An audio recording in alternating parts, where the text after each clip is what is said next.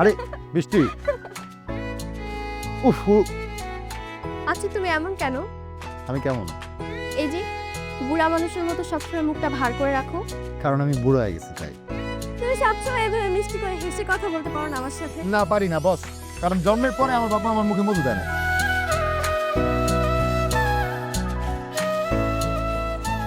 এবার না অ্যাটলিস্ট তুই কাজটা করিস, আমার মান সম্মানটা রাখিস। তুমি এত চিন্তা করো না তো।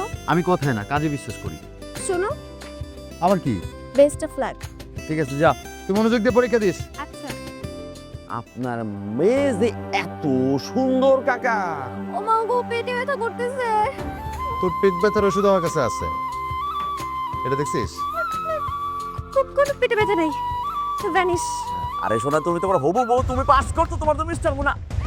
কি ফাজিল মাইয়া, বলে জাহিদ যেটা কইছিল সেটা সত্য। আপনি যদি আপনি কথা না রাখেন, আপনারা কিন্তু কাকা লাল দাঁড়ানে বলবো। আপনি কি করার করেন যে আমি মনে পড়ে যান। কাজটা কিন্তু তুই ভালো করলি না।